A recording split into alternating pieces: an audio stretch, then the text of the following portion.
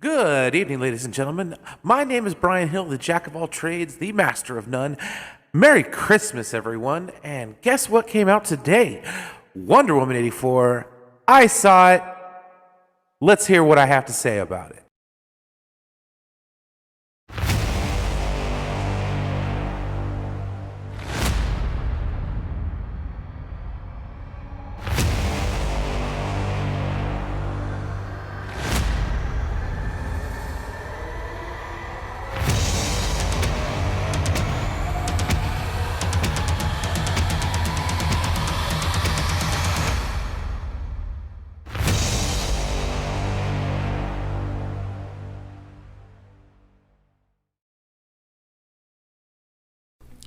All right, everybody, hold on to your butts because it's going to get nuts. What did I think of Wonder Woman 84? Well, I didn't dislike it, but as far as if we're going to compare it to the first one, I did enjoy the first one more. It definitely caught me in the feels a lot more than this other one did. I'm not going to get too heavy into spoilers, and keep in mind that I am not the world's biggest aficionado when it comes to comic book material, source material for the comics. I never really paid that much attention, unfortunately. And let's be honest, at this point in time, it's just too much to get caught back up again. So let's just go based off of what I saw in the movies. Well, basically, it centers around a heist, and where an artifact is taken that grants wishes, and the movie ensues from there. I was a little disappointed on Diana's wish. It didn't seem like it was an official wish because it wasn't Steve Trevor, or at least it wasn't her Steve Trevor. You know what I mean? It was like an avatar. I thought that was kind of weird. Cheetah, I loved it. I really like the fact that they put a female villain versus a female, hero. I think that really matched up well, and not much of a film critic by any stretch. Mostly just kind of talking about what I think of things. I thought it was pretty good. I liked that. The part I didn't like so much was the Trump allegory. I'm glad that some certain things went the way they did, because maybe we don't have to get beat over the head with comparisons to Trump and people of power and bad guys and Orange Man bad and all that other nonsense. I hope we can kind of get past that in the future, because it's getting to the point where it's getting annoying. The movie on the whole was pretty good. Like I said, I liked the first one better. I liked how it felt. I liked how it didn't.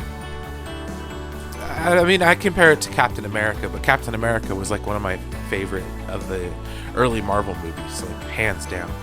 So that's not any kind of disparagement against the original Wonder Woman movie.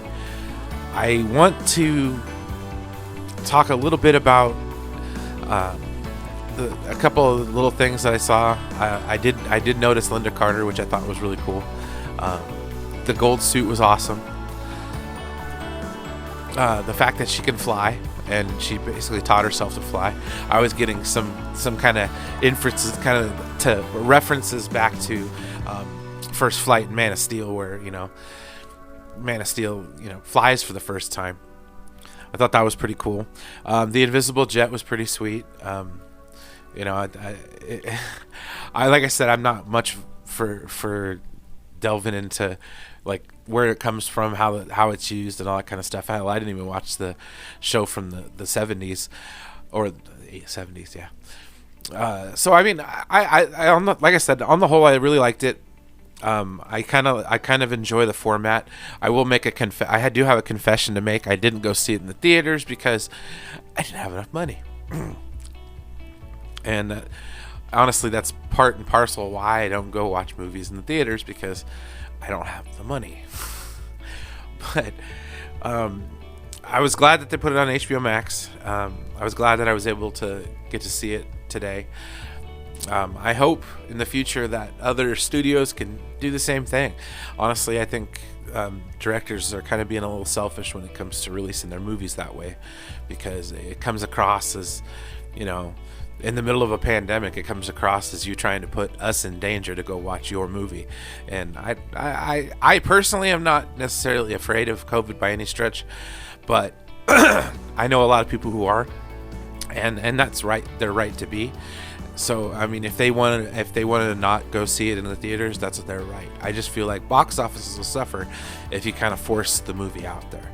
So maybe some people can just kind of take a step back, these directors, and then realize the situation that's going on, and get to a point where we can, you know, come to some kind of a middle ground as far as releasing the movies and watching them on streaming simultaneously. I can't wait to see what's going to happen in the Snyder Cut. I have a feeling it's not going to be anything like what we saw here on Wonder Woman 84. It kind of had that different feel. I do see some of the things where they talk about how it's like an 80s movie and stuff like that. And as somebody who kind of enjoys some of the 80s movies, I really enjoyed it, but it really did have that 2020 lens through it, which it's getting a little tired. I'm glad that the year's almost over. I had just hoped that, you know, every movie is not going to be a political statement going forward. That would be really, really nice. But like I said, I don't see it happening anytime soon. But that's basically my thoughts on the matter. I'm going to keep this really short, probably, you know, 5, 6, 7 minutes. I want to be able to do a little more quick reacts like this on some of the other videos, just to get out, you know, some more videos and stuff like that, just to get my opinion out there. You know, that way I don't have to say it more than a few times. But anyways, thanks for watching. Till next time, this is Brian Hill, the Jack of all trades, the master of none, wishing you a happy holidays, and stay classy, San Diego.